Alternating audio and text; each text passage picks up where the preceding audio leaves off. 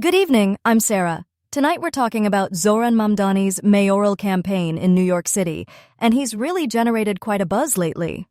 And I'm Mike. Mamdani's been making waves with some pretty bold policy proposals, and he's certainly not shying away from a progressive platform. Absolutely. I mean, we just saw him at Forest Hills Stadium, up there with Bernie Sanders and AOC. That's quite the endorsement team. And the crowd was really energized by his key messages: freezing rent, making buses fast and free, universal childcare. He's really laying out a vision for a city where, as he put it, everyone can live a dignified life. It's certainly a compelling vision, Sarah, especially for a city grappling with affordability and transit issues. The freeze the rent chant, fast and free buses, those are incredibly popular ideas, conceptually. But the practicalities, the fiscal impact, especially on the MTA, those are massive questions for any incoming mayor. How do you actually fund universal free transit, for example? It's a huge undertaking.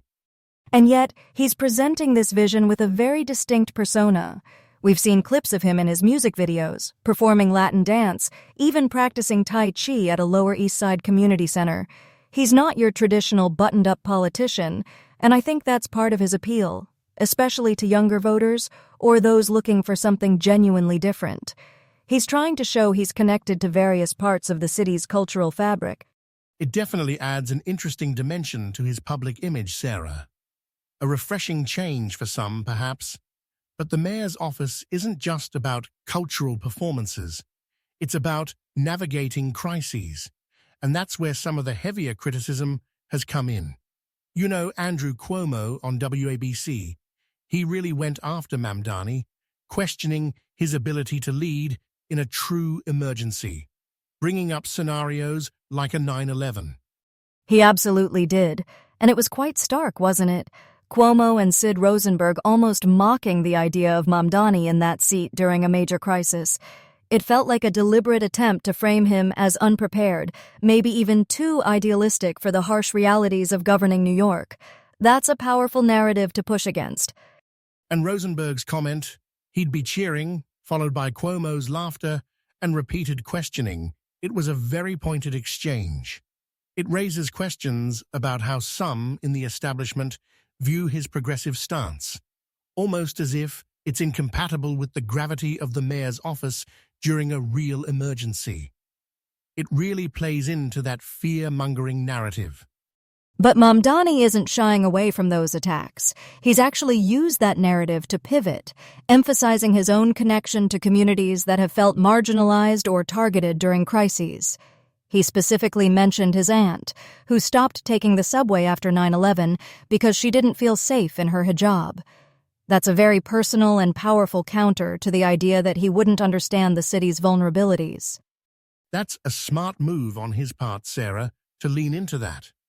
He's tapping into the sentiment that 1 million Muslims in this city often feel like guests in their own home. He was at the Islamic Cultural Center and really spoke to that. By framing it that way, he's not just defending himself, he's representing a significant, often underrepresented, portion of the electorate. It's about identity, safety, and belonging. Exactly. And it broadens his appeal beyond just the progressive policy platform. He's saying, I understand what it feels like to be an outsider, to feel vulnerable in this city. And that resonates with a lot of different communities, not just Muslim New Yorkers.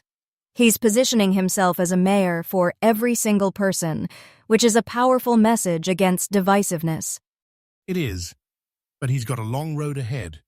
The challenge for Mamdani will be to bridge that gap between his progressive ideals and the perceived need for a strong hand in crises, especially when facing opponents who will continue to hammer that point. Can he convince enough voters that his inclusive vision is also a pragmatic one for governing a city of this size and complexity? That's the million-dollar question, isn't it?